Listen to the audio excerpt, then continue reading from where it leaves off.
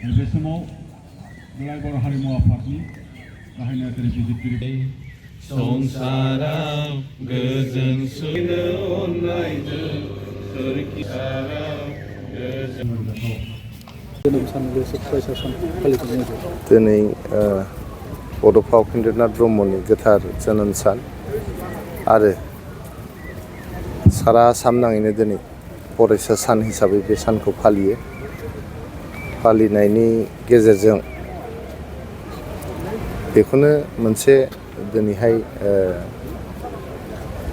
बुहुमनाङैनो मोनसे मेसेज मोनदों, live and late live जे बिथाङा बुंलांदोंमोन। बे जे मोन्थोर, बे मोन्थोरा दिनै सारा पृथिबियावनो गोसारदों।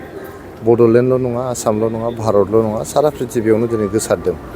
आरो बियो दिनै जेरैबायदि मुलुगाव दावहानि थासारि जादों, बे दावहानि थासारियाव बड'फा बुंलांनाय लिभ एन्ड लेट लिभ होननाय जे मोनसे बानि, बे बानिया गोनांसिन जादों आरो नांथारसिनगौ जानानै दङ।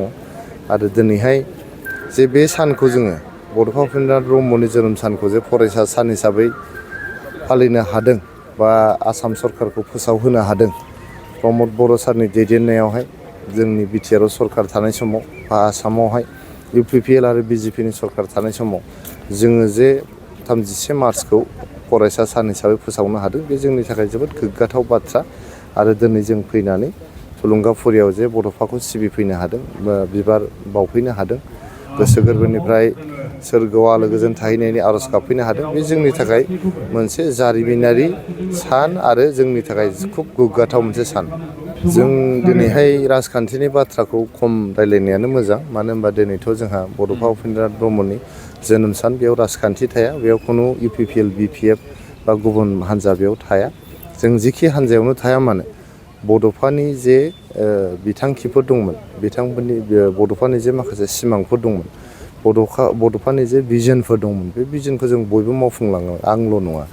जों दिनै बर'फ्रा नैबे थाखोसिम सफैदोंबा बड'फानि जे भिजन, बड'फानि जे माखासे हाबाफारि, बेनि गेजेरजों नैबे थाखोसिम सफैदों। नङाबा बे आलाय सिलाय जानाय बर'फ्रा जेरैबो लेखा रोङा, फरा रोङा, गुबुन हारिजों नाख्रेबजानाय, गाख्रेबजानाय, नासयजानाय मोनसे हारिया दिनै फैनानै फिसाबाबो बेवहाय सरकार खुंनानै गावनि हारिजों लोगोसे गुबुन हारिखौ नायनायनि मोनसे थासारि जे फैदों, बे एकमात्र बड'फानि थाखाय फैदों। ओंखायनो जों जेखि हान्जायाव थाया मानो, जेखि हान्जानि बिजाथि जाया मानो, एमएलए, एमपि, एमसिएलए, अरायबो जों बेखौ सिबिनानै खुलुमनानै बिथांनि भिजनजोंनो जों दावगालांनांगोन।